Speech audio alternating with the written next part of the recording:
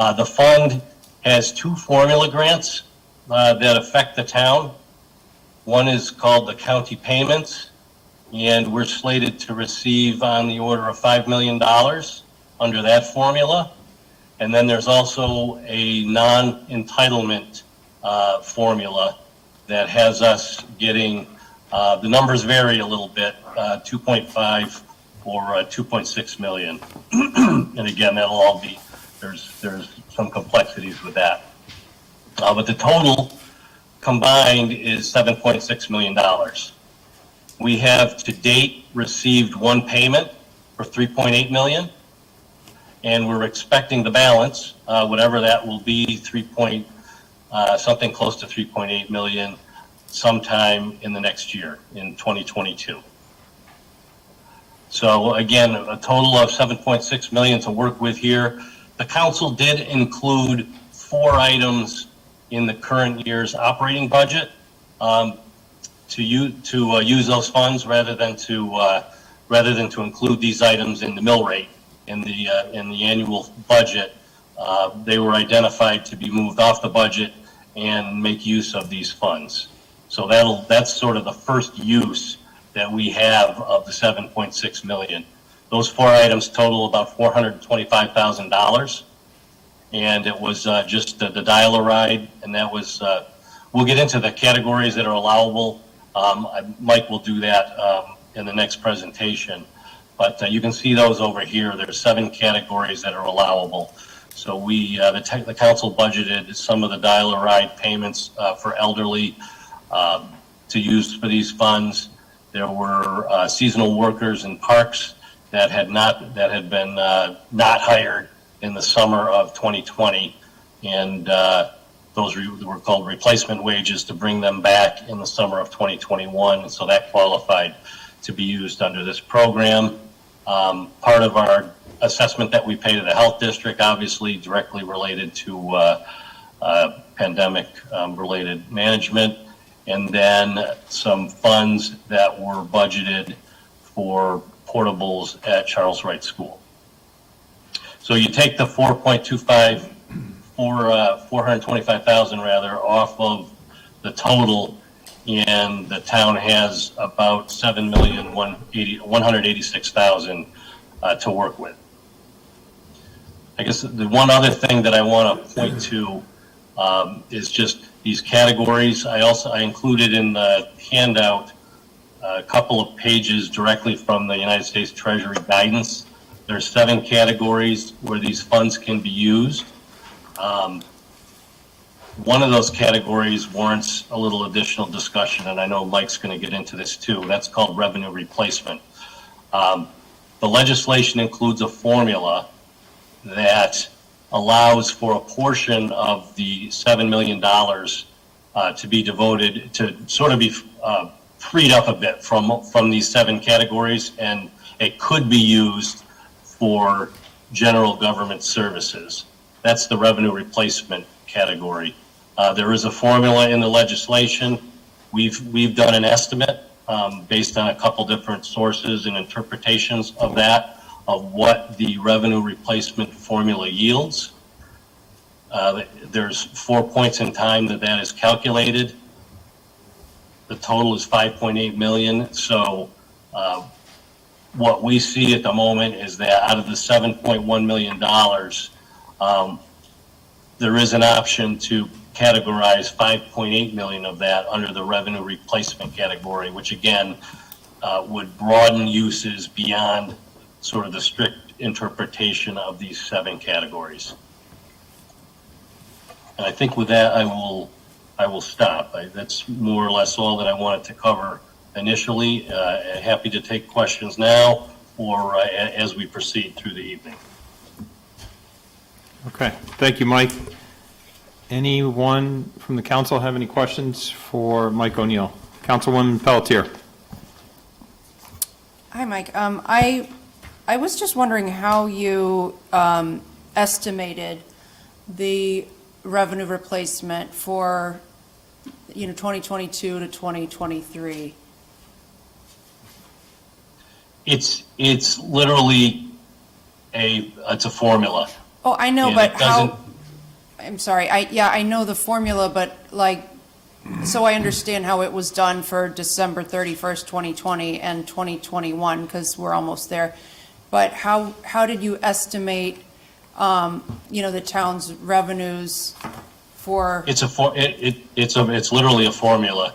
It is specified in the what's called the interim final rule, which is the Treasury Department sits down and sort of takes the legislation and turns it into administrative language. They tell you what to do. It's based on the sort of the base year revenue, and then there's a percentage increase for each year that's applied to that. We would go back each year and use actual revenues for those periods, but again, this is, we didn't make anything up. And we followed the language in the interim rule, and the GFOA, the Government Finance Officers Association, also developed a mechanical, quantitative tool where you can literally you plug in the numbers from the base year, and it sort of projects everything out for all the years. Okay, and then so when you hit that date and you can calculate the actual number, I'm just thinking about if we sort of allocate the funds, in the next 6 months to a year, and then the revenue, based on the revenue replacement category, because that is the category that offers the broadest use of the funds, and then the estimates for the actual revenue loss for like 2022 and 2023 are way off, and the funds have already been allocated, or is it that as long as you stay within the formula, then it's okay, even if your actuals are substantially less? I guess if they're more, it doesn't really matter, but if they're less, I guess would be my concern. Yeah, it's literally, I expect the number to be close to this based on the mechanics of the formula. It's not something that, again, it's not something that will change dramatically. And it's not, I have to say this, it's not an intuitive process. There really was not a lot of revenue lost by the town.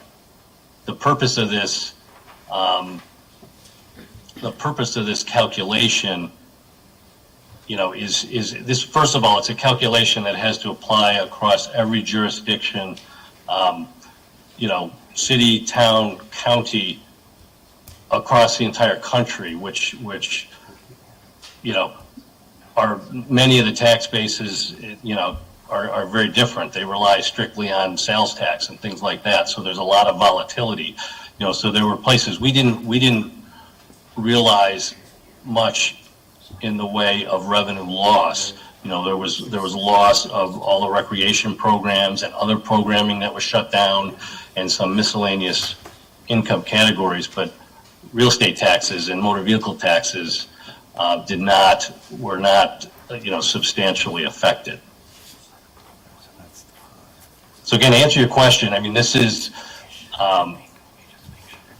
meant to be an exercise that you can kind of sit down and do it on day one and work with that number. Thank you. Okay, thank you. Any other questions for Mike? This is the categories that you could use. Okay, I'm sorry, I just have one more quick question. It's more out of curiosity. The funds that have already been deposited, that we've already received, the 3.8 million, what kind of account is that sitting in, and is it earning anything, or is it just sitting, you know what I mean? I'm just curious.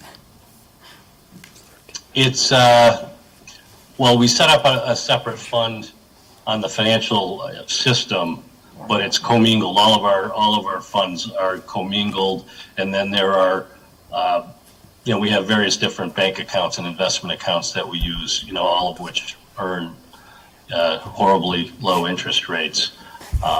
So this is just in with general reserves, much like, general fund balance. Okay. You know, we have an account at TD Bank, we have an account at Webster, you know, like a kind of a municipal reserve account that's meant to not have a lot of activity and get a slightly larger return. But again, the returns are so paltry that, that they're just, they're not earning a lot of money. Okay, thanks.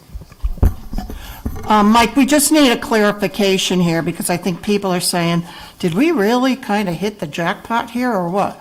The money that is for the ARPA money that can be used for only certain categories is at 7611936. On top of that is the 5802964, which can be used really pretty much for anything. Is that correct? So it's 7611936 plus 5802964 that is available. No.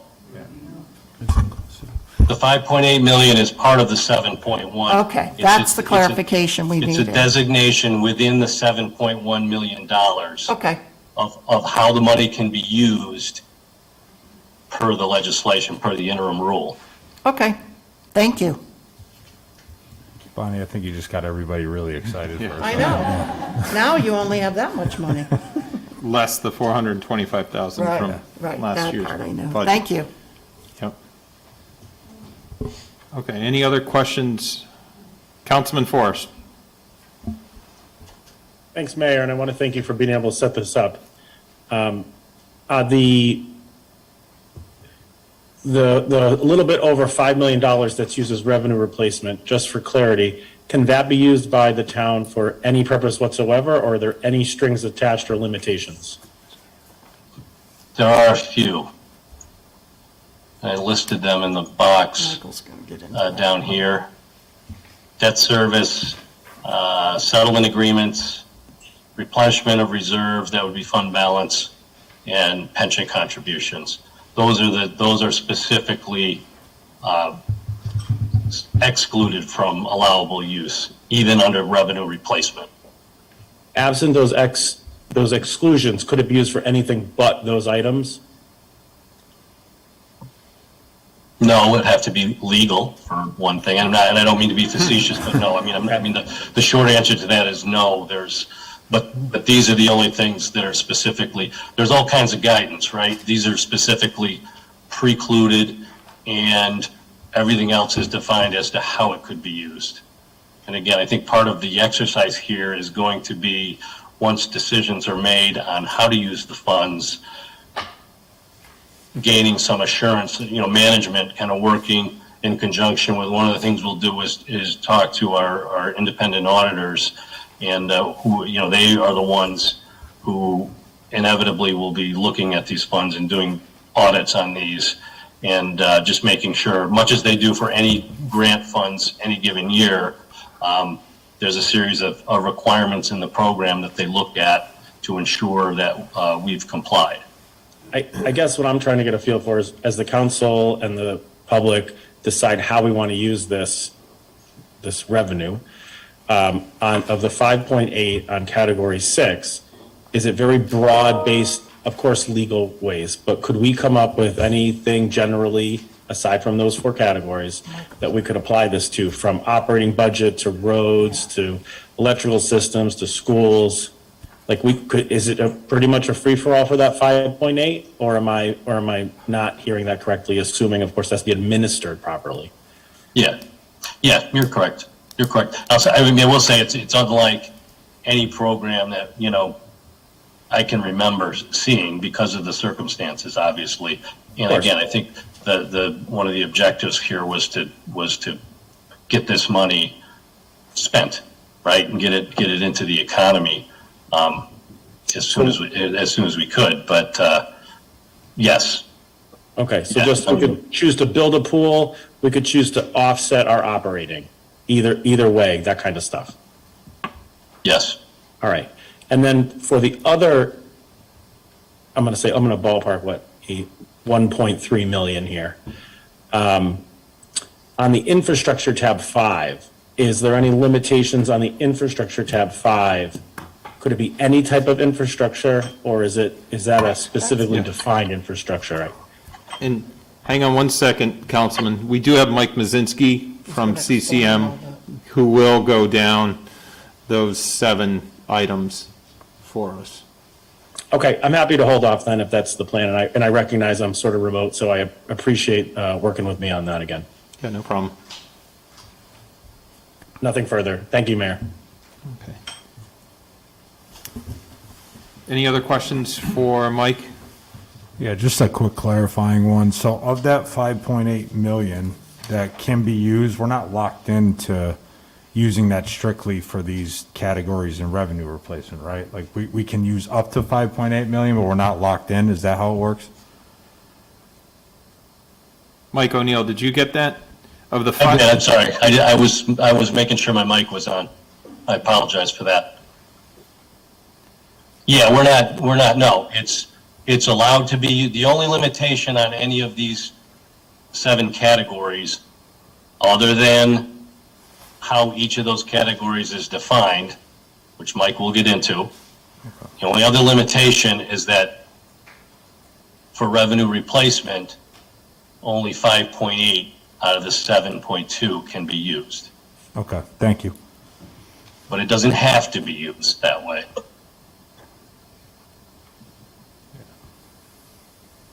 Okay.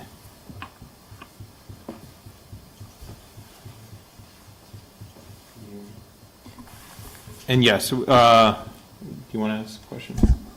And there's a time restriction, correct, Mike? I'm sorry, say again? There is a time restriction on use of the funds? Yes, there is. I think it's 2024. And this may be a question for you, Mike, or Mike Mazinski. Would that be, we have to allocate the funding for the project, but, obviously, projects don't have to be completed. We just need to know where we're spending and how much we're spending that money on before 2024. I don't know specifically, but I suspect there's a bit of flexibility Yep. there. I would suspect. Okay. And then I had a other question regarding, we have in our town code certain thresholds that would require referendum. Would this have to go, any allocation, would that have to go before referendum, or is this outside of any requirement for that? I'm not sure all the specifics where referendums are required. I mean, typically it's if bonds are being authorized. But there's certainly nothing in the legislation or in the interim rule that would exempt it from charter requirements. It's just a question of whether any of the charter requirements capture That, yeah, aspects of the program. gotcha. Okay. No other questions for our finance director? Okay, thank you, Mike. You're welcome. And now I'll turn it over to Mike Mazinski. We are fortunate enough to have in-house counsel, if I will, from CCM, Connecticut's Conference of Municipalities, here with us tonight. Mike is also a resident of Weathersfield, so it's very good to have. I know you've been talking with Bonnie, Mike O'Neill, and myself on Arpa funding since we were first granted the $7.6 million. As well, all the other municipalities in the state had been given funding as well. So we appreciate you coming tonight and giving us a presentation. Yeah, thank you, Mr. Mayor and Town Council. For the record, my name is Mike Muzinski with the Connecticut Conference of Municipalities, and as the mayor alluded to, I'm certainly here in my official capacity, but I'm also a resident here in Weathersfield. I've been here with my family since 2008.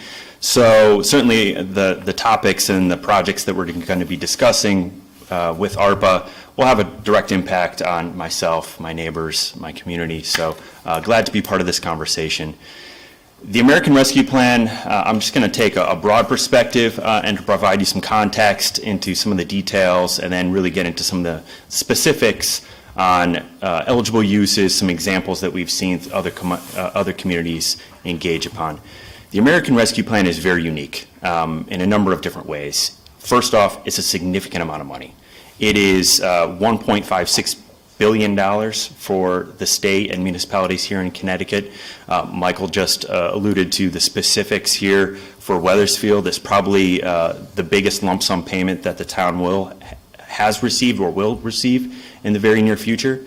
What also makes it unique is it's a direct allocation. It wasn't something that the town applied for. It was directly allocated by Congress to get into the economy, to stimulate a number of different efforts.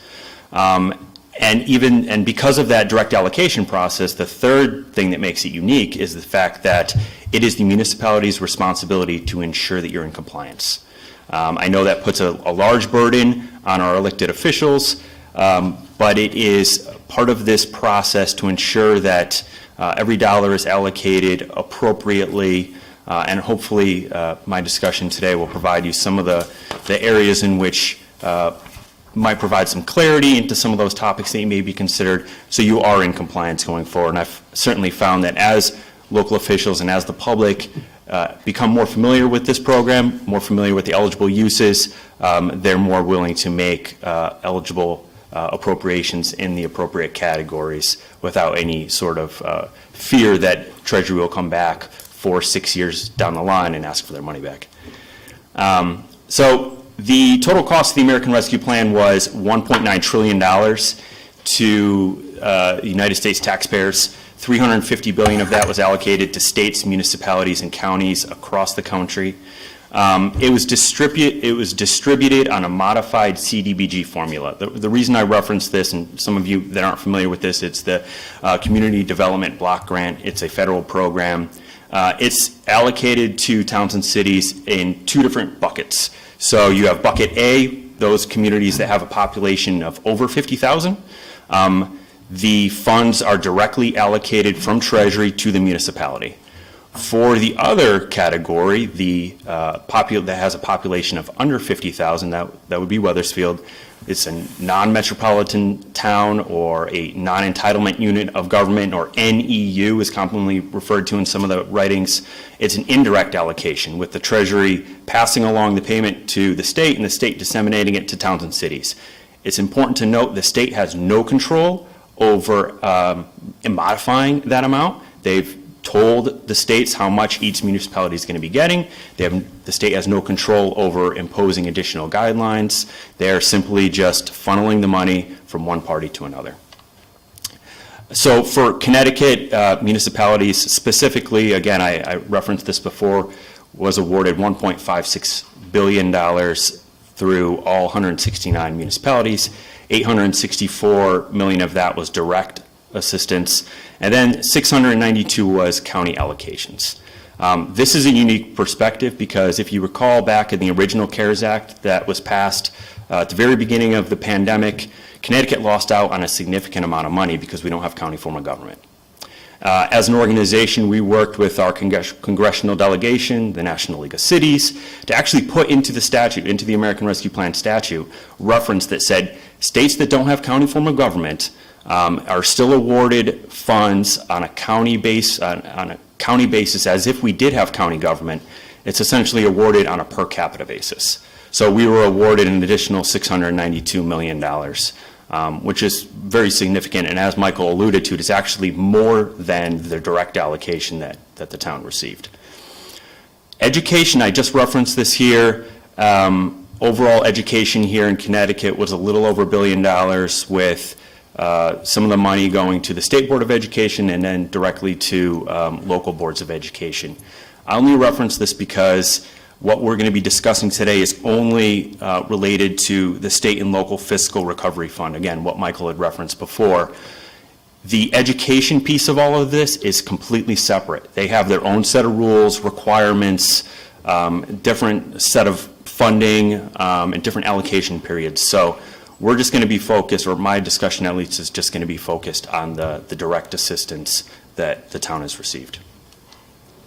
So for Weathersfield, and these are approximations, Michael described very much the details associated with that, the direct and allocation, and then the county allocation, and then what the Board of Education received, which was $2.6 million. If the general government and the council decide to make an appropriation to the local Board of Education, they can certainly do so. That's within the eligible uses. It would be considered a one-time in-kind contribution. The Board of Education would be considered a subrecipient, and you need to go through a reporting process to make sure it's allocated properly, but it's certainly not prohibited. And again, as Michael noted, the funding is going to be received in two separate tranches. The first tranche was received in May or June of this past year. The second tranche will be received approximately 1 year from the first allocation. So the broad eligible use categories, Mike referenced 7 of them. I kind of broke them down a little bit different. They're pretty much the same. Responding to the public health emergency, addressing negative impacts caused by COVID, providing premium pay or rehiring workers, using it for infrastructure programs, and to what the councilman referenced before in regards to what type of infrastructure, water, sewer, broadband, and I'll go into some of those specifics a little bit, and then using the funds to offset revenue. And again, either stipulated in the act itself or in the interim rule are some prohibited areas. So you can't use it to pay unfunded pension liabilities, you can't apply it towards matching funds or matching funds for other federal grants. You can use it for matching funds for non-federal grants, some state programs. I know DECD has a couple of programs out there, the Community Challenges Grant. You could certainly use some of the funds in that category. It's basically the federal grants associated with Medicaid, FEMA, CDBG. You can't use it to pay interest or principal on outstanding debt. You can't use it in legal settlements or contribute to reserve or rainy day funds. And I think that's a big category that some municipalities are hopeful may be clarified in the final rule. So right now you're operating under the Treasury's interim rule. The final rule is pending. We were hopeful that we would have the final rule before the end of the calendar year. That doesn't appear like that's going to happen. Treasury did seek comments from various stakeholders. CCM submitted comments. It's available on our website. I'd be happy to pass it along. Basically, we asked Treasury to provide more clarity in a number of areas. If you've taken the opportunity to review the rule, it's 150 pages of mud. It's really ambiguous in a lot of areas, so I think most of the comments that have been submitted are asking for clarity in a number of areas, not necessarily expanding eligible use categories. One of the expansions that we have asked Treasury to consider is if communities had to utilize reserve funds or utilize some of the rainy day funds, could they use some of the Arpa dollars to replenish that if you need to? We're not sure if Treasury will accept that, but we've at least put that on the record. So if you've taken a look at the interim rule, it's separated into those categories that I just referenced, and then it's further separated into a non-exclusive list of eligible projects, encouraged projects. Those would be encouraged projects within qualified census tracts. Weathersfield doesn't have any of those, or those that have been disproportionately harmed due to COVID. And then those items that are prohibited, again, it's the one that I referenced before. Now, it's important to note that it's a non-exclusive list. So if you go through the list in the report, there are other areas in which you can appropriate the funds. What you just need to do is you need to find a nexus between the project that you're hoping to allocate the funds on and COVID and the harm that was caused by COVID. So there's kind of a step-by-step process that you can kind of go through. First, you need to identify the eligible use category, so those 7 that Michael alluded to. How was the harmful effect caused or exacerbated by COVID? How will the funds address that harm? And then how are you able to substantiate that in your reporting? And that's an important factor that I'll go through a little bit more as I go through some of the examples. But it's something whenever a community comes forward with a suggested project, I always take a step back to try and find that relationship to the harm that was caused by the pandemic. A couple of other points to reference, the funds must be obligated by the end of calendar year 2024. I know we had just referenced this, not necessarily spent until 2026. So you just need to budget for it by 2024, essentially. You can certainly provide the funds to subrecipients to execute projects in those eligible use areas. It's important to know if you do appropriate these funds, apologies. If you do appropriate these funds to subrecipients, the town doesn't abdicate their responsibility for reporting. The town is always going to be responsible for reporting every single dollar that you have received. And so that's going to be important. If you do use subrecipients, you're going to have to enter into MOUs. You're going to have them attest to the fact that they are utilizing the funds in appropriate categories. And then most of the funds are prospective in nature, meaning that they only cover costs that were incurred March 3rd, 2021 going forward. There are some exclusions in regards to premium pay and some other areas, and I can reference that. But for the most part, they are costs incurred prior or post March 3rd, 2021. So, getting into some of the details in regards to the eligible uses to support the public health response. You can utilize it to contain and mitigate the spread of COVID-19 or future pandemics. So some examples are vaccination incentives. Some communities have done incentives. They can be monetary incentives up to a reasonable amount, which could be about $100. Medical expenses, quarantine costs, implementing mitigation strategies. So this is, some communities are looking at making rehabilitation work within municipal buildings or congregate settings within the town. You can certainly use the funds to improve air quality, increase social distancing. Those are certainly eligible uses. We all know that the pandemic not only caused a physical toll on individuals, but also a behavioral health impact, and so you can use it on behavioral health services, substance abuse treatment and prevention initiatives, and crisis intervention initiatives. And I know some law enforcement are looking at this in particular. And then again, providing payroll to public safety or public health personnel related to their COVID-19 response. This is one of those where you can take a look back prior to that March 3rd date and utilize some of those funds to help pay those essential workers. Up to $13 in addition to what they would have been receiving, or if you're looking at it from a salary perspective, $23,000. And while the Treasury rule illustrates or depicts who is an essential worker, there is a specific line in there that does provide the town the authority to designate other essential workers that were necessary during the height of the pandemic. The next category, addressing negative impacts caused by COVID. So you can provide direct assistances to businesses and households, loans and grants. I know that a number of communities are looking at this. If you're looking for one example in particular, I would encourage you to look at the town of East Windsor. They executed a program in which they provided a significant amount of funding to local businesses through a grant program.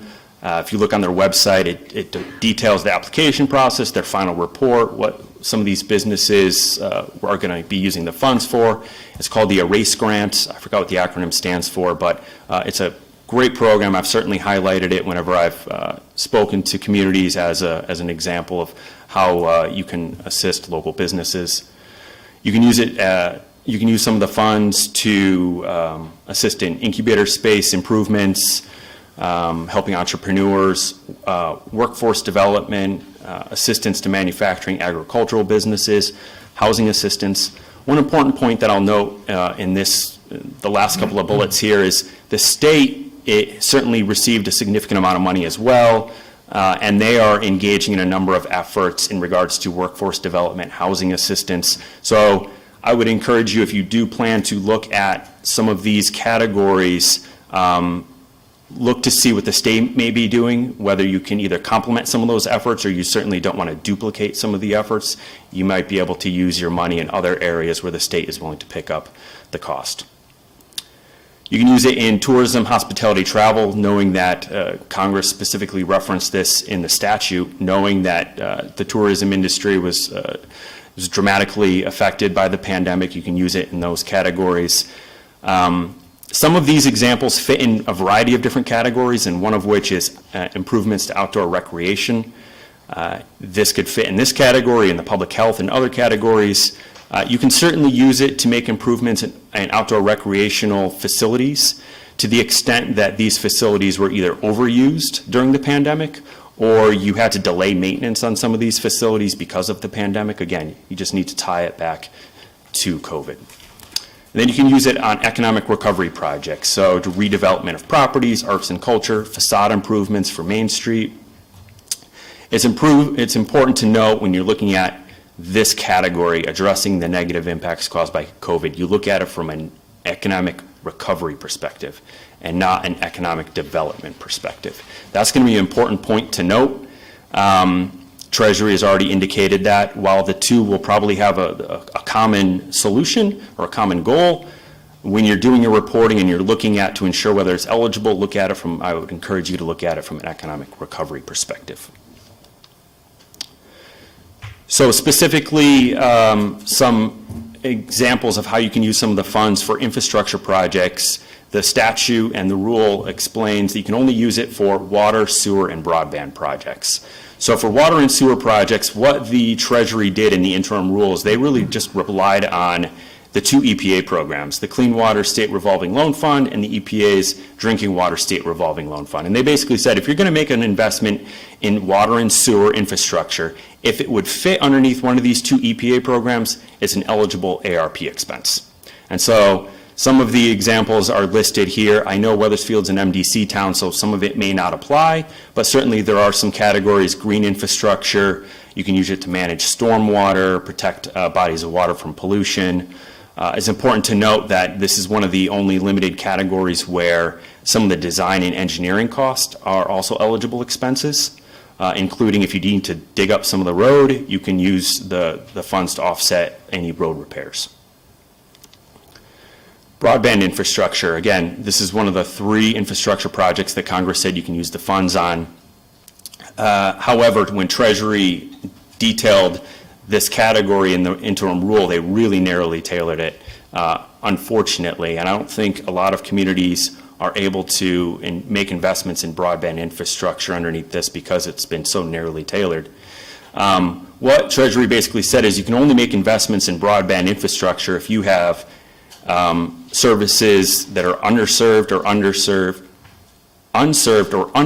households or businesses that lack access to 25 megabytes per second upload or 3 megabyte per second,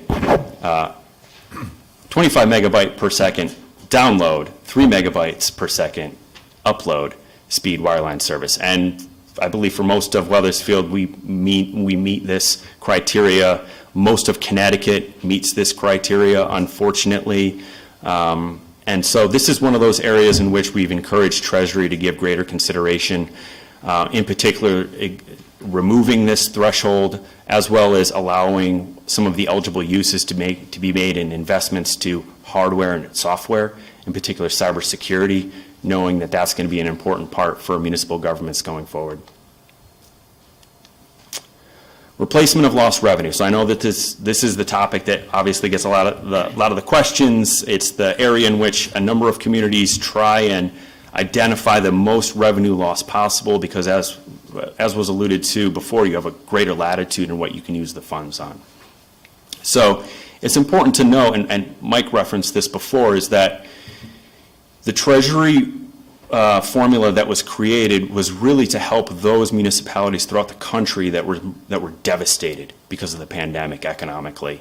And so they created this formula to ensure that they were able to maintain and to get whole.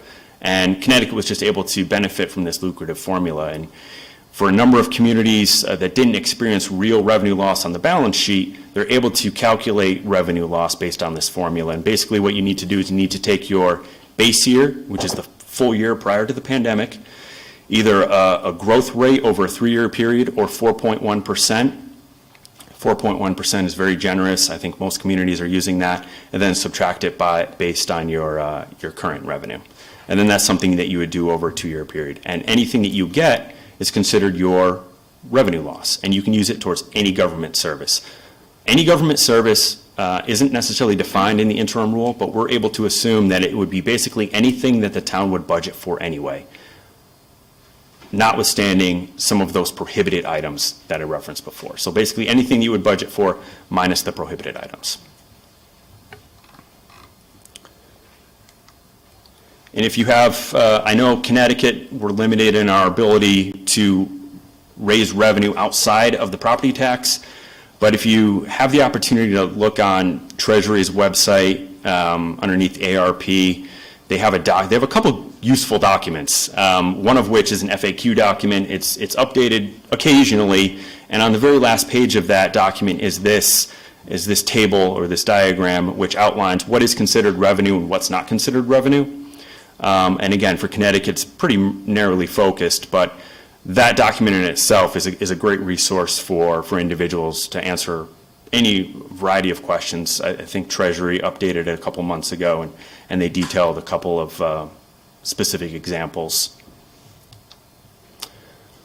Also, along with that FAQ document is a project and expenditure report document that's up there. So, as I mentioned before, reporting is going to be instrumental to ensure compliance in regards to the American Rescue Plan. There's no pre-approval process. You need to adhere to the reporting requirements that have been outlined by Treasury. This table illustrates your requirements as an NEU. You're in that Tier 6 category. Basically, the only obligation that you have is that yellow box. So you have this project and expenditure report. The first one is due April 30th of 2022, and that's an annual report that you'll need to do each year. You might hear some communities talking about a January date. Don't worry about that. Those are for metropolitan cities. They have quarterly reports.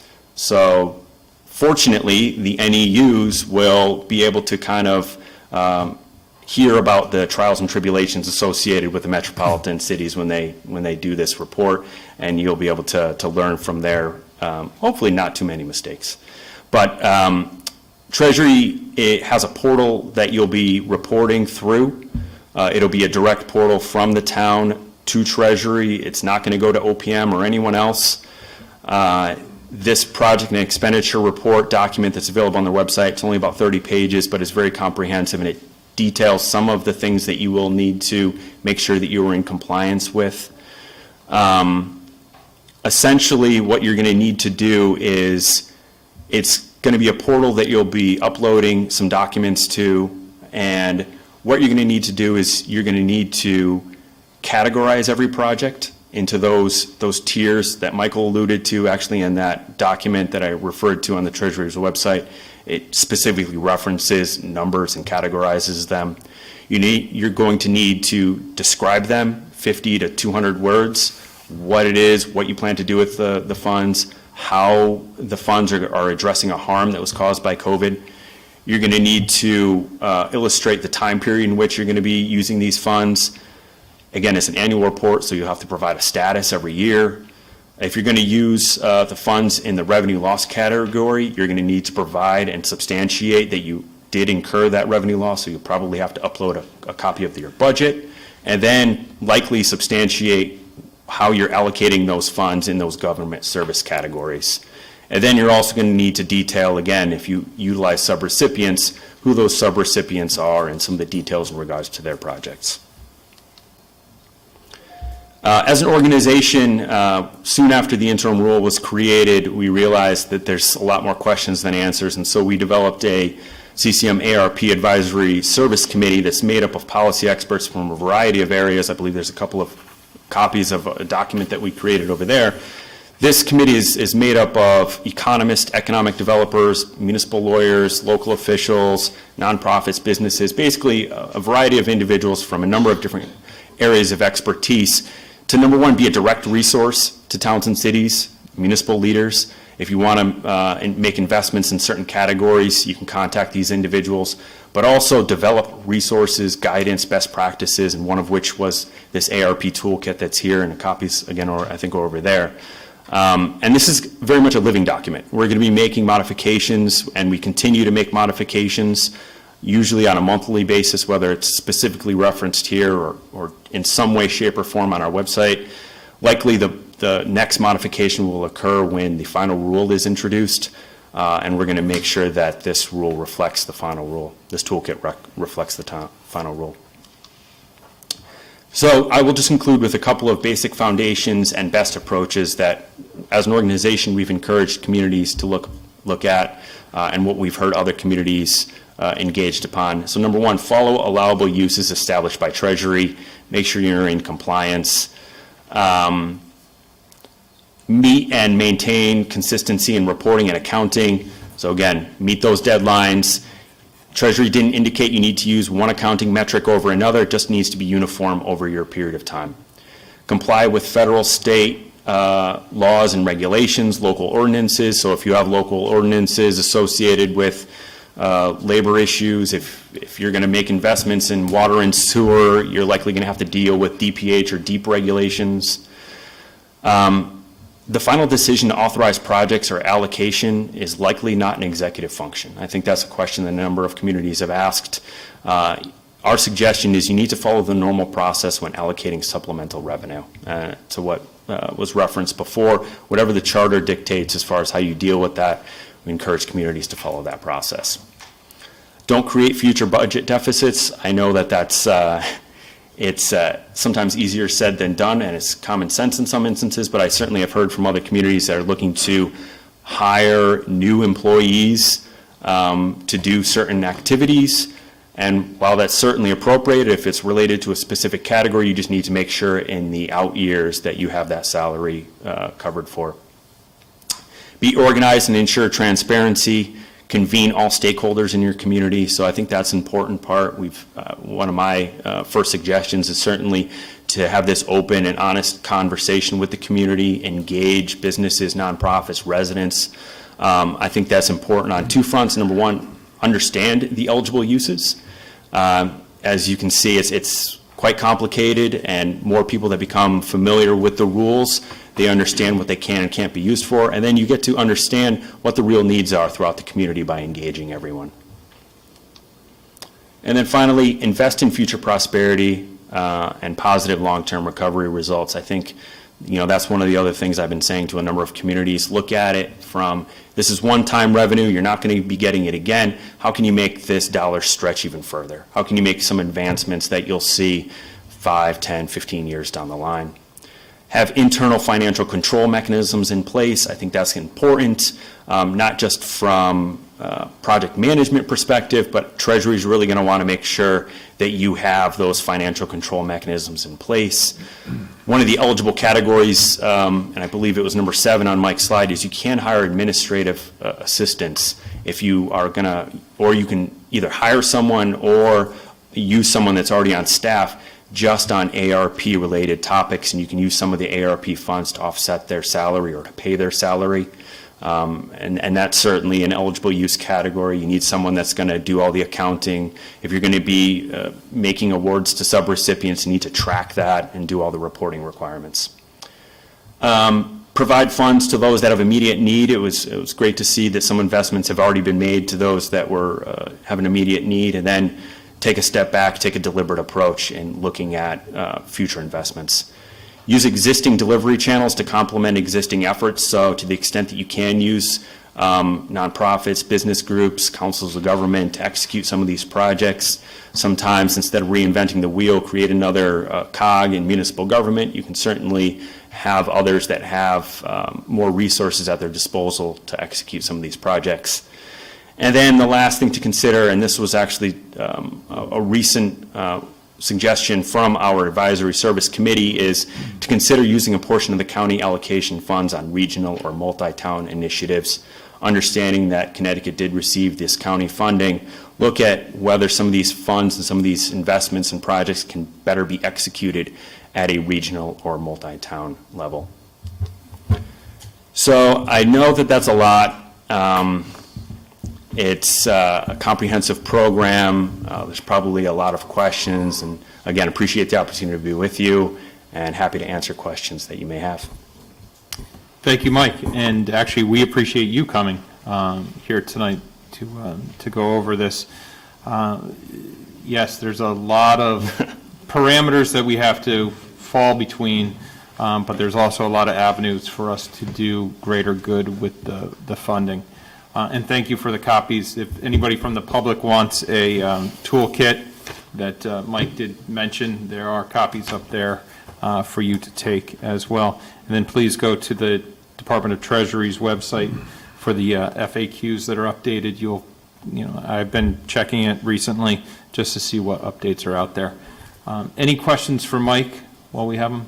Councilman Hill. Thank you, Mayor, and thank you, Mike. That was enlightening, to say the least. You answered a lot of questions that I had, but also stimulated about 100 more. So, but I'll try to be as brief as possible, and I'm going to focus on the revenue replacement bucket. And, the spirit and the intent of it, like you had acknowledged, is to offset any revenue loss a municipality may have. But because of the tax system that we work under in Connecticut, in terms of the town of Weathersfield primarily gets its revenue from the property tax, car tax. So we didn't see that revenue loss that maybe other communities in other parts of the country had, yet we're still receiving this really giant sum of $5.8 million that is eligible. So, looking through all the rules, we can technically take those dollars within the amount and just plop them into our general fund? I mean, in theory? You certainly can, but you need to remember that you need to allocate them by a certain time period. So in your reporting, you're going to need to illustrate to Treasury how you eventually have appropriated those dollars. So, okay, so we can do that, but I guess my point is, because I'm fearful that that would be something a community would do, because that doesn't really acknowledge the intent of the bill. The intent of the bill is to stimulate the economy. So if we're just putting money that we would have spent otherwise in to offset, it does it would help decrease the mill rate, but it doesn't really stimulate the economy or make any improvements to the community. There's a lot of folks here from various boards and commissions, business owners here that, yes, it's technically we could do that, but it doesn't, is it correct to say that doesn't really kind of go to the intent of the law?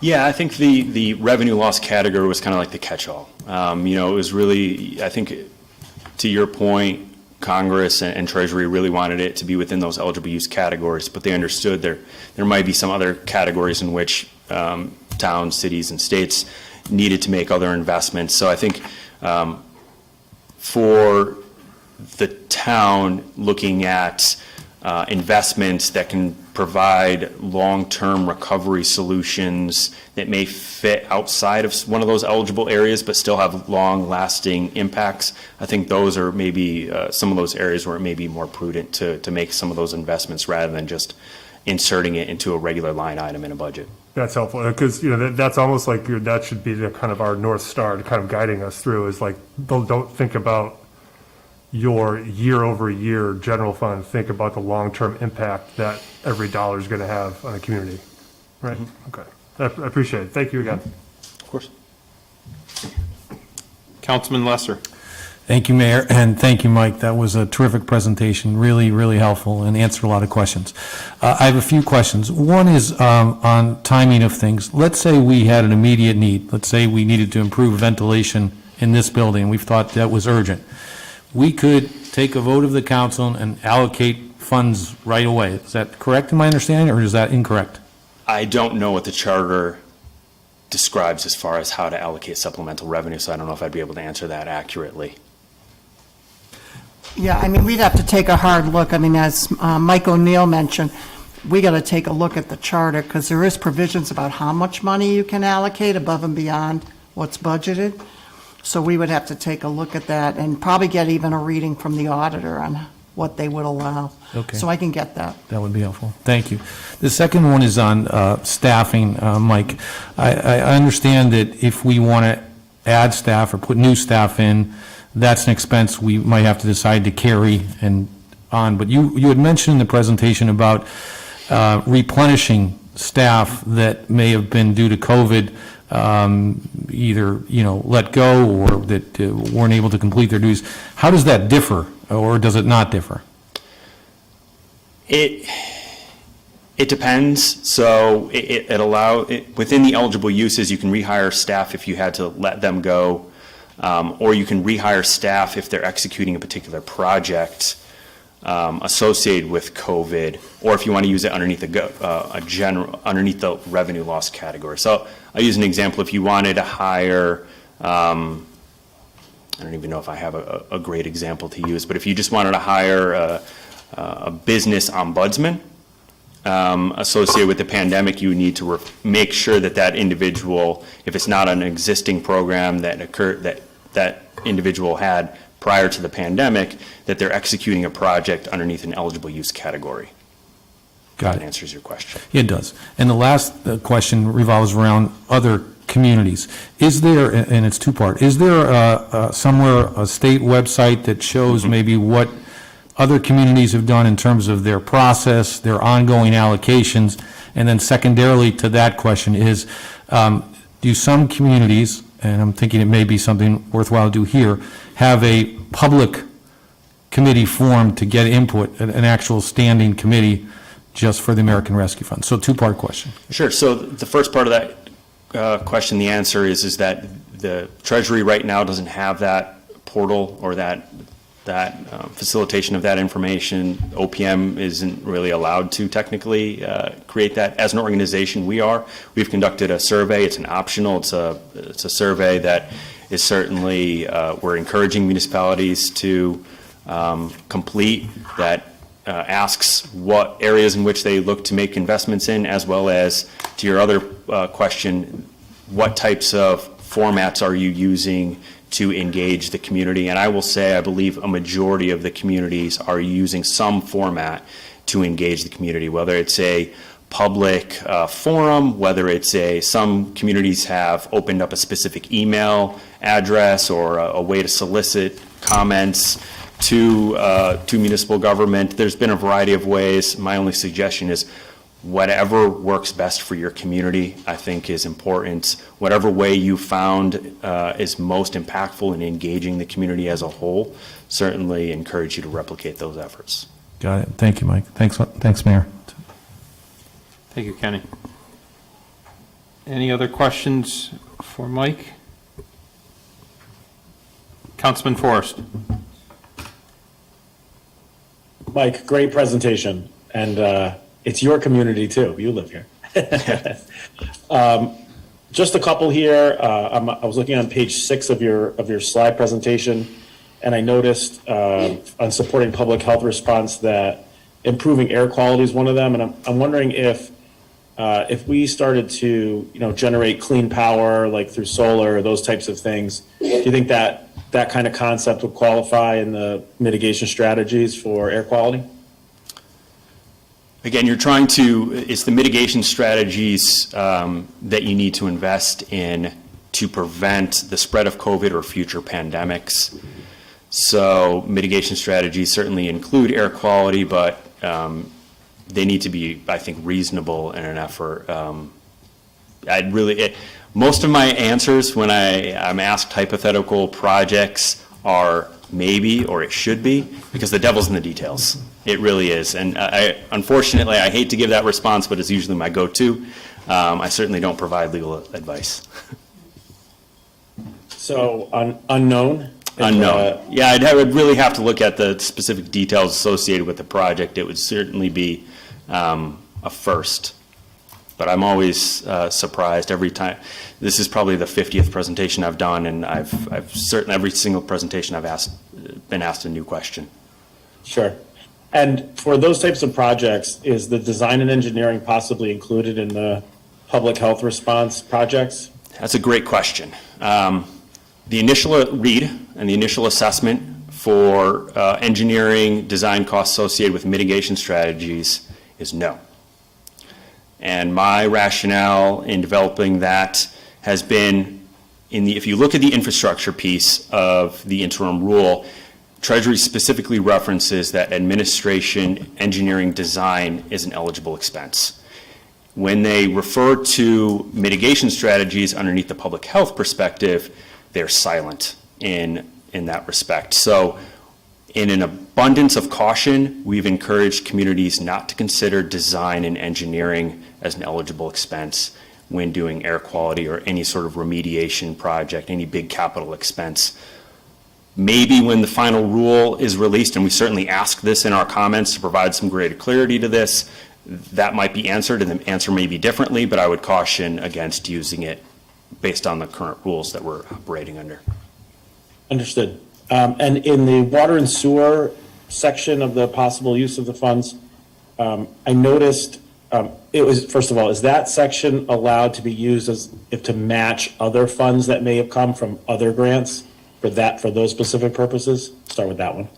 They could be. It's only certain federal programs, and again, that would be, I know it's specifically referenced like Medicaid, CDBG, some FEMA grants, so it really depends on the matching grant that you're looking at. And I noticed under I'm on page 8, that you say that there's the EPA Clean Water State Revolving Fund, there's EPA Drinking Water State Revolving Fund, and that those would clearly qualify under the sewer water investments. But is that exclusively those two, or there's actually more sewer water investments, but we know that it at least is under these? I'm wondering if it's exclusive, I guess, to those two programs and nothing more. Yeah, it's exclusive to those two programs. Treasury, rather than trying to depict which type of water and sewer, they just basically referred to those two EPA programs. So yeah, to your point, there's certainly maybe some other areas of water and sewer that don't fit underneath those two EPA programs, but they would be ineligible. Okay.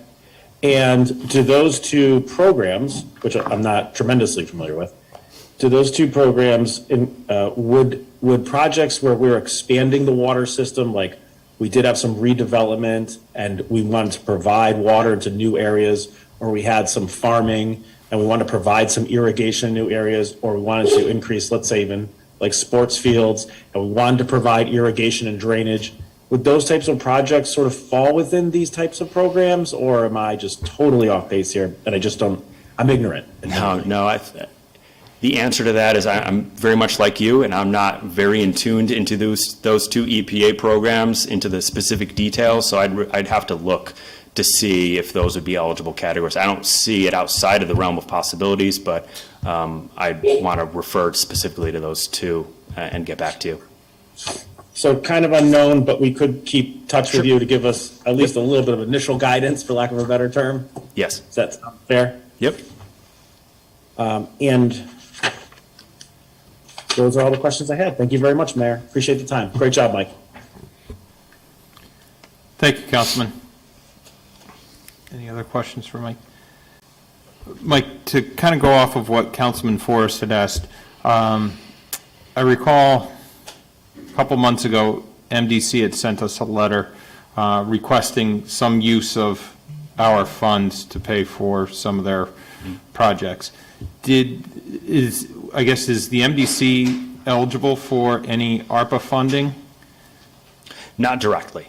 They would be indirect through each of the participating municipalities. And that would be, you'd have to allocate that as a subrecipient, but they didn't receive a direct allocation. The state may make investments, but as you know, that the state hasn't finalized their program yet either. Right. And then this may be something you might be able to answer or not just yet because it's only a couple weeks old. The Build Back Better program, infrastructure improvements, I believe, and I see Derek Greger, I don't want to put him on the spot right now, but we'll have conversations in the future with Derek on some of the infrastructure funding. How do we know what we can spend money on today, but we could also use the federal transportation dollars, the infrastructure money in the future on? I guess there's kind of a gap of not knowing what we can spend now on certain infrastructure, and then, of course, not knowing what's coming down the pike for us. Yeah, no, that's a good question. I've certainly been asked this a number of times. So the Build Back Better initiative that was recently passed by Congress, a bulk of that is just replenishing existing programs. It's just putting more money into existing programs. So most communities are not going to be receiving direct allocations for infrastructure projects like ARP.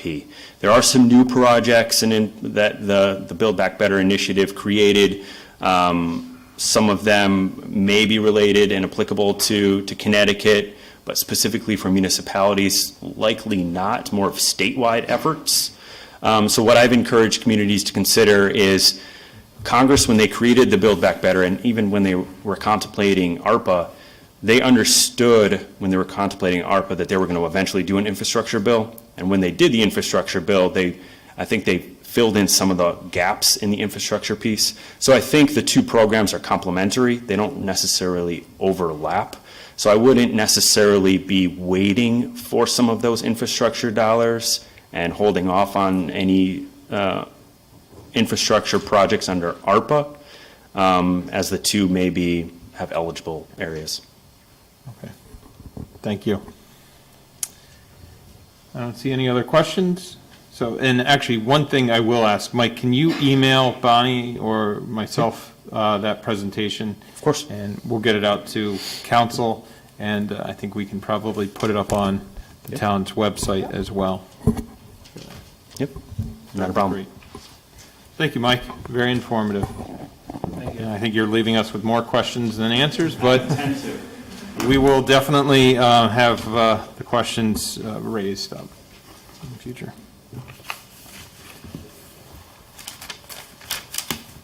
Okay. Did we want to have any particular order to boards and commissions? I see a number of chairmen and chairwomen. Go up there. Yep, chairmen and chairwomen out here. I guess I would ask chairman of any boards and commissions that would want to speak, if you want to ask any questions or provide any insight that you might have from your own board or commission that you would like to see some funding allocated for. I guess please raise your hand, and then we'll have you come up. Dan, how are you?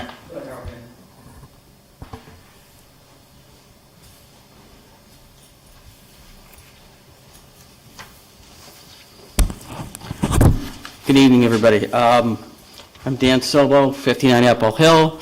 I'm the chairman of the Park and Rec Advisory Board and the Harbor Management Commission. So we had a meeting prior to this. Ken was there, and what we do every December, January is we go through priorities that the board has, and we would like to see get done. So Ken has the list of those, we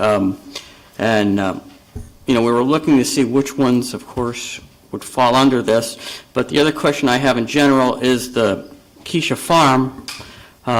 Originally, there was, I think, $50,000 or so that were looking to be allocated for a consultant. The council didn't have the money at that point.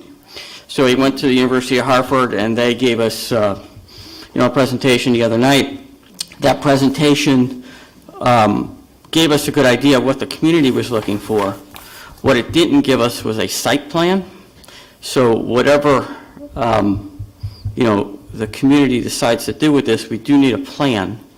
So I don't know if that money that we're talking about now would be eligible for that, especially since the council did not have the money at that point to do it. It was kind of knocked out when COVID started.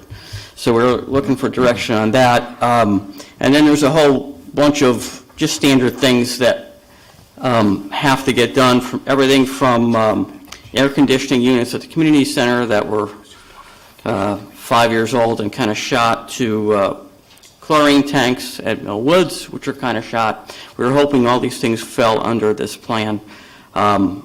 So that's kind of all I have to say. I don't know if anybody else on the board would like to speak. If you have any questions for me. Okay, thanks. I got a quick question. How about the Cove at all? The Cove, right now, we had it dredged last year. There are like debris and things. We just got a letter this past week from a resident. I don't know if the town would, take initiative in cleaning that stuff up. Most of it's like tree limbs and things like that. There is money in the Cove Preservation Fund also that can be directed to that, but we like to keep money in it. This year we were fortunate because we got a lot of, I think it was, I can't remember if it was state or federal grants, and that took care of a lot of the dredging. I think the town put about $100,000 and we got about $700,000. So we want to keep money in that fund in case down the road we don't get a grant. so that some of that's offset down the road. So additionally, that goes to certainly improving the area around the cove. And the other thing that I think the council's been looking into is riverfront recapture.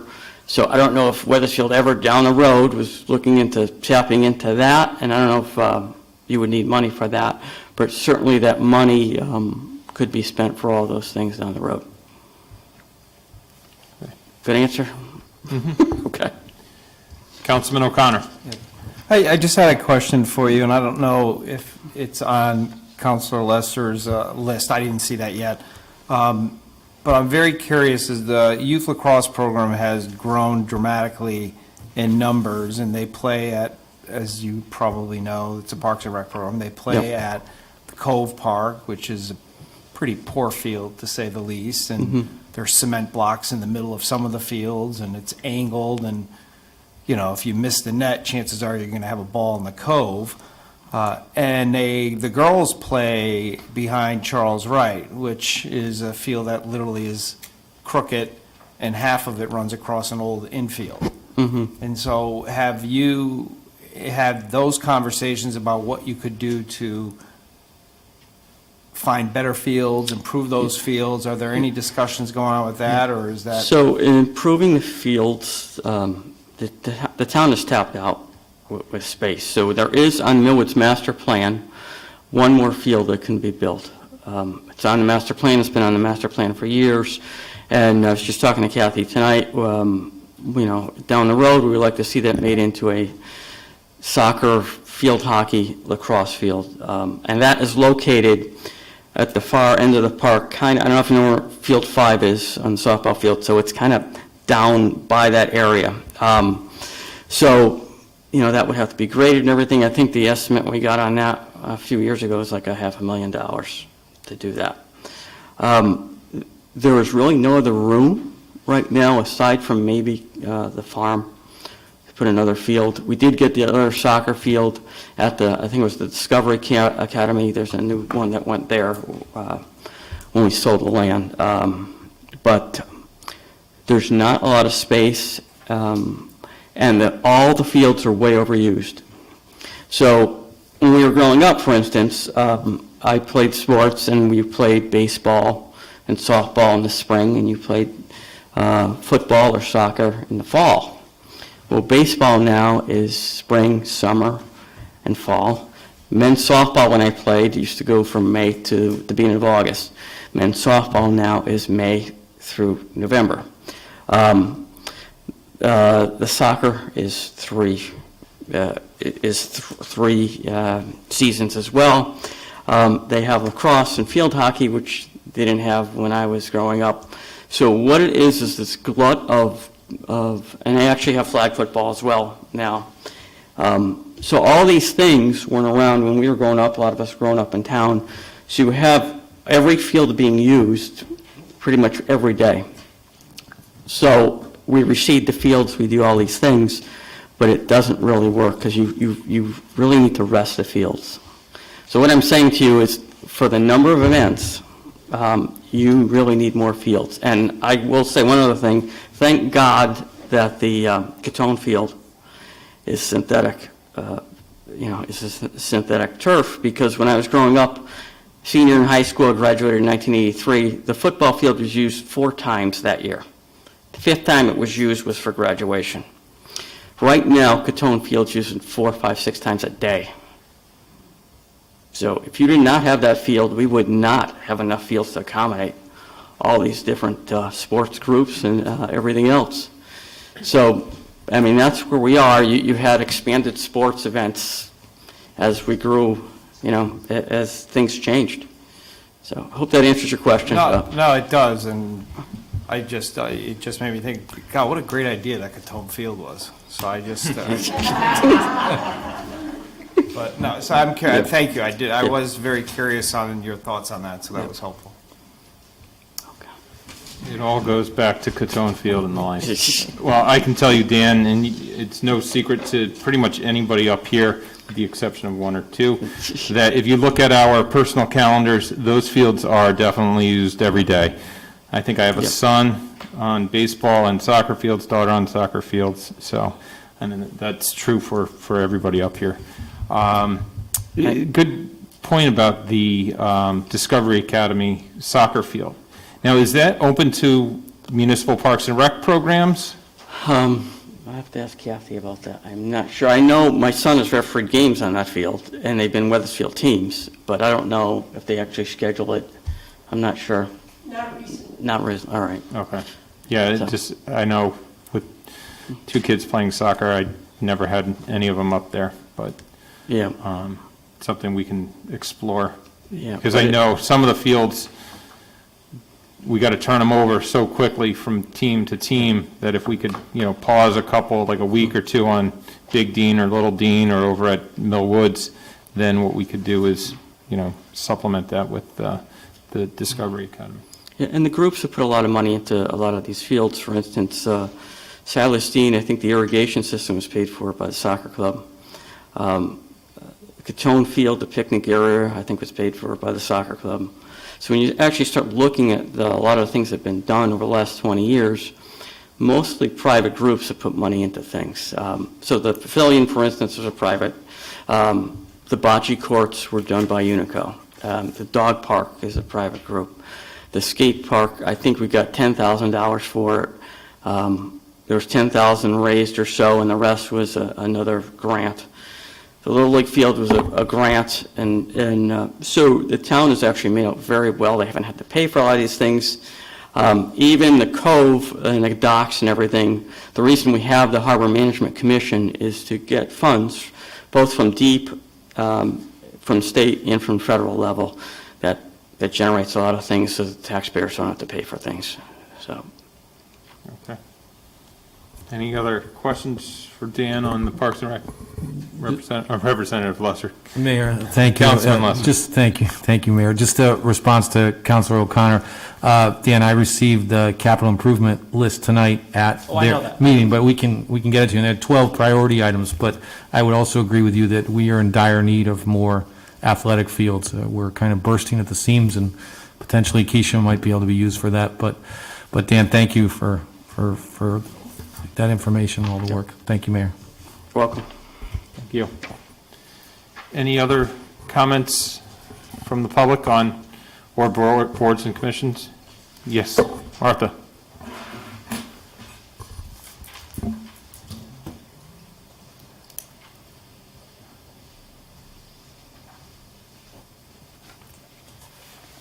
Hi, good evening. Thanks. Martha Keneally, 12 Fairmont Street. I'm here on behalf of the Library Board, where I serve as the chair.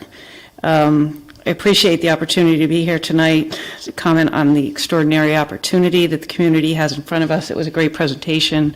And I just want to ask that you keep in mind the widespread impact of investing in our library when we are looking at these funds. As I know you all know, the library is the only town department with longer hours of operation, except the only longer hours are the police and the fire department. Even when it's closed, people are still using the library online. And we work to meet to serve the needs of the entire community from the time people are born right through our seniors, with workforce development, literacy, entertainment, community gathering spaces. We're even an emergency charging station and warming station in times of crisis. And so, a great library is obviously a hallmark of a great community, and it adds to that quality of place that attracts people to our community. So very important. I know I've heard in talking with Brooke that there are a few different asks that she's discussed, things like the HVAC system and a generator. And we always are talking about installing voice over IP. I think these are things that are just going to bring us up to speed that maybe would almost be like our deferred maintenance. Something new that would be an incredible investment for the library would be an RFID system. That's what checks books in and out. We have part of that system. It's how you check books out right now. We actually only have half of that system. We could get a check-in system, and we need to upgrade the whole thing. And that really allows librarians to do the things they're great at, working directly serving the public. And, there's even savings from not having repetitive use injuries that come along with checking books in and out. So there's levels of savings for that, but that's a great investment in library infrastructure. I just also want to shine a light on the possibility of moving forward a portion of the plan. I won't take out a PowerPoint, and I'll just flash my thing. If you come to the library, one of the things that's very noticeable when you walk in the door is all the teens that crowd into that front section. Not very friendly, not very pandemic friendly, not very able to social distance. Talk about a mitigation strategy for the library would be to invest in a plan that we've had on the drawing board, where we would take that teen section and we would actually move it to the larger area in the back, providing a much more robust program for our teens.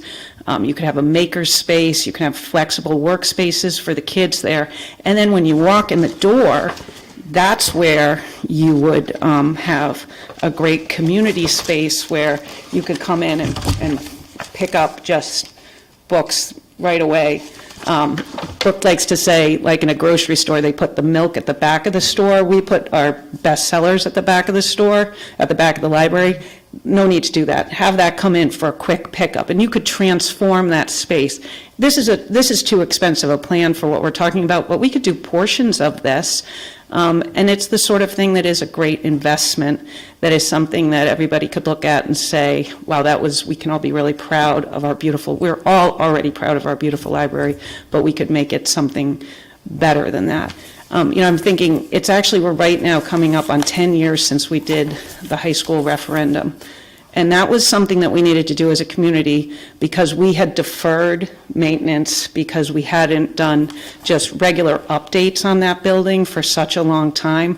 And it cost us a lot more than it should have when we had to do it. And unfortunately, I think we're about to see something similar where we're going to need a referendum for the elementary schools. And so I think lessons learned from that is this is a great opportunity. And to take that and to use it for transformational investments in our community is so important. And I think whether it's the library, I'm a huge supporter of our parks and our sports, and there's so many things that we can do that can really just make this a place where people, that's the place I want to go work, that's the place I want to live, that's the place I want to play. And so I think, I know there's a lot of work ahead. Looking forward to participating in any way we can. And, thank you again for the great presentation. So I don't know if you have any questions. Brooke, it's probably better to answer questions. But what I would love to do, it's probably better to come over to the library and see the space. And so we would love to have you all come for a tour. If we can do it as a group, we can do it individually. We have, whichever works for everybody, but we'd love to show you the plan, what could be, and look at the RFID system and anything else you'd like to see in the building. So, Okay. Any questions? Councilman O'Connor. Yes, thank you for that. Yeah. I just have a question, and it's more out of curiosity, is if you could just pick one,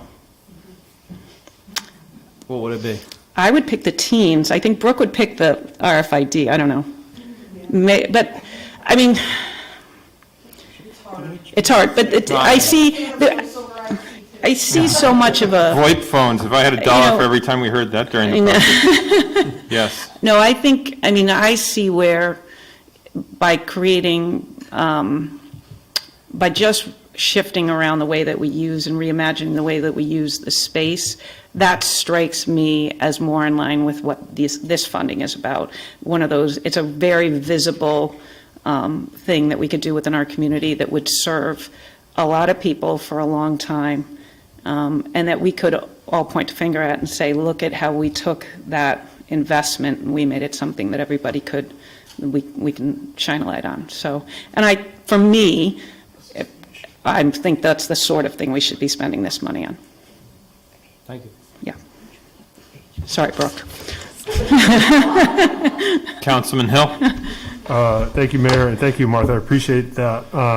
this is more of a comment, but, being a liaison to the library board, you kind of get to know, you see firsthand kind of the use of the library, and the entire community use it. You're talking about the hours, and even during the pandemic, it was a lifeline to a lot of people because Brooke was able to turn a lot of the programs virtually and still engage a lot of residents within the community. Many of us this past week, went on a little tour of our elementary schools and kind of got to see there firsthand kind of the challenges that they're experiencing just in terms of their own infrastructure. They're, as we like to say, they're just tired, and it might be time for some of those to be replaced or refurbished. Now, I'm fearful. You said a few things that HVAC, voice over internet phones.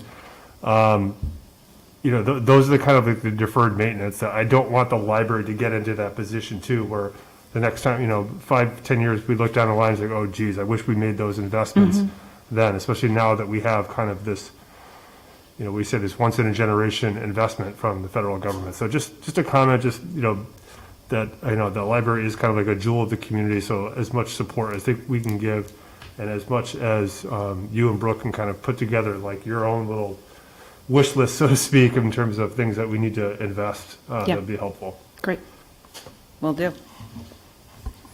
Deputy Mayor? Yeah, this is really just a comment for council, I guess. This is the second speaker that's brought up HVAC. Dan mentioned the community center, the senior center. And looking at Mike's presentation, it says upgrading HVAC. So we all know the library needs HVAC, the community center, the units are in bad shape. It's probably a question for Mike, but do we have to structure it in a way that we're increasing the volume of air that's being circulated in order to get the public health buy-in, if you will? Or is it just we're going to replace a 30-year-old AC unit with a newer one? Is that going to qualify us for use of the funds? You just need to use it to improve air quality. So you don't necessarily need to be specific. Thanks, Mike. You don't need to necessarily meet a specific threshold, so many cubic feet. No, it just needs to meet that qualification of improving air quality. So to the extent that upgrading HVAC will do that, it should be an eligible expense. Should be. Thank you. Councilman Biggs.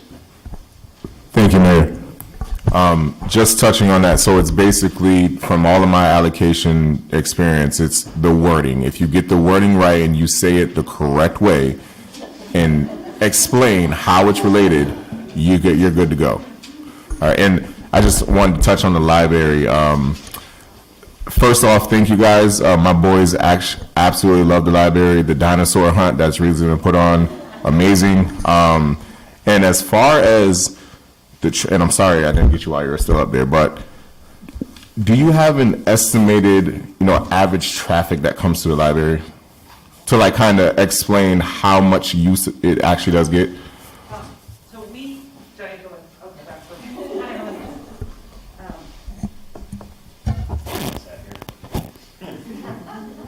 Sorry, you moved too No, that's fast. okay. So I'm going to say pre-pandemic, it was about 500 people a day that would come through the library, to the point that the thing that we need to spend some money we used to have set aside is replacing the carpets, because they literally, they get worn out.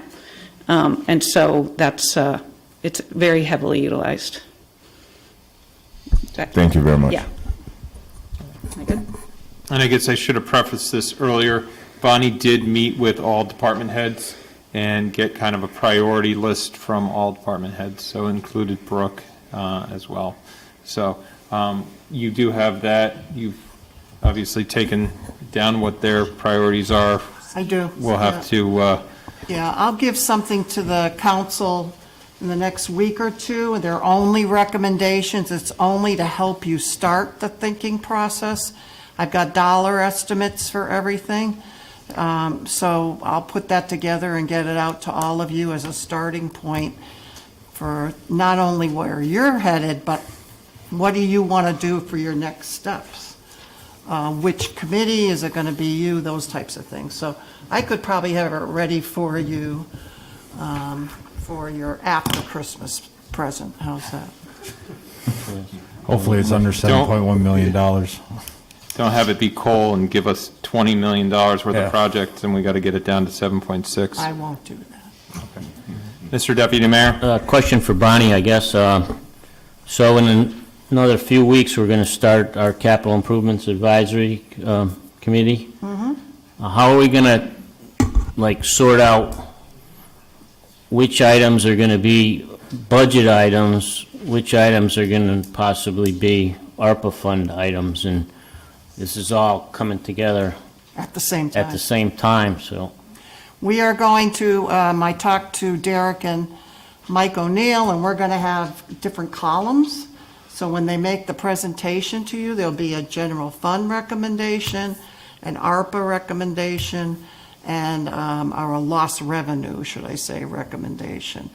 But you also have to remember there are categories that you can fund, and I'm looking at one person out there in particular, Mr. Trahan, EDIC, that's not going to go through capital, or, if you're going to get into those categories. So if you're going to allocate, say, to EDIC, then you got to make sure you're going to remove that, if you understand what I'm saying. So what you're going to end up from capital improvement is a list of all capital projects, and they'll probably come up with a list that's going to wipe out all this money. That's how extensive the lists are. But you also are going to have other things you're going to have to take into consideration as a group, if you so choose to fund non-capital. So you're going to get from me a combination. There's a. That's how we're going to do capital. Derek has a huge list, a compiled 5-year plan, and we have more than enough very large projects that just keep getting pushed back, and this may be a great opportunity to pick off one or two of those Absolutely. big projects that have been on the wish list.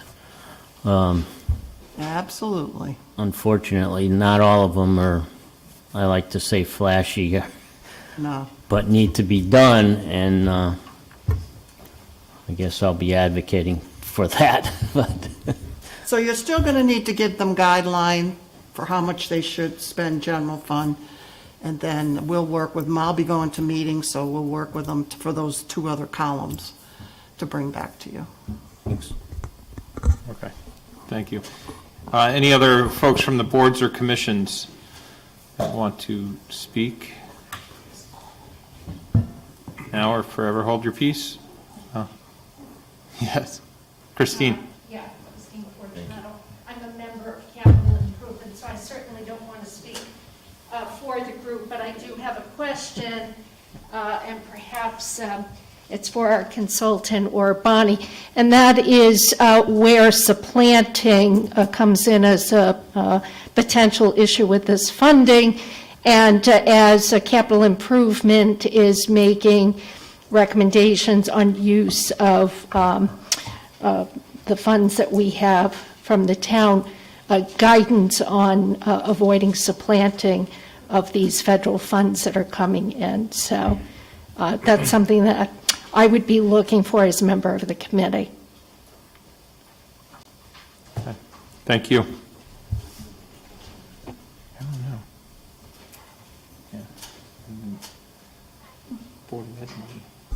I wouldn't think there is a restriction, is there? No, I don't think so, but I want to go back to your question from before. I want to check this charter, and Right. because since I've been here, it could have changed, so I want to make sure. Chapter 3, Chapter 7. Wasn't it a percentage of the total? I think so, Yeah. but I want to double check. 30. Anything over 30%. Brian looked it up. 30%. 30%? budget? I think it's less than that. Chapter 3.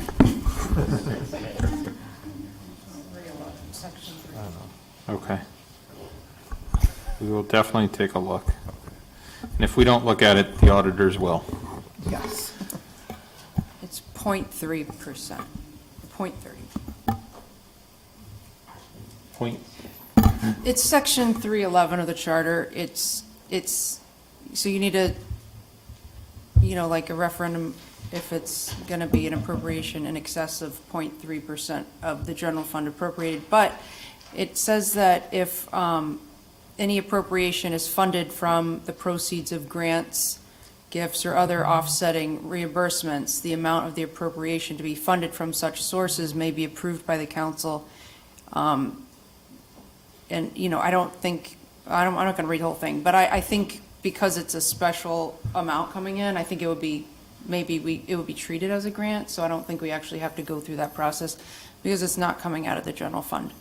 And that's probably why I'm going to ask Mike to go through the auditors. Might as well get their approval Oh, yeah. right up front. Yeah, I agree. Before we start this. Right. Okay. Thank you for that. Any other boards or commissions? Okay. Moving on to the agenda, any, public comments from anybody? Quiet bunch. Okay. If not, motion to adjourn? So moved. Second. Oh, Oh, go ahead, Barry. No, I'm not. That's okay. Okay, I'll redo that again. Sorry about that. Motion to adjourn. Second. Motion's been made to adjourn and seconded. All those in favor signify by saying aye. Aye. Opposed, nay. Ayes have it.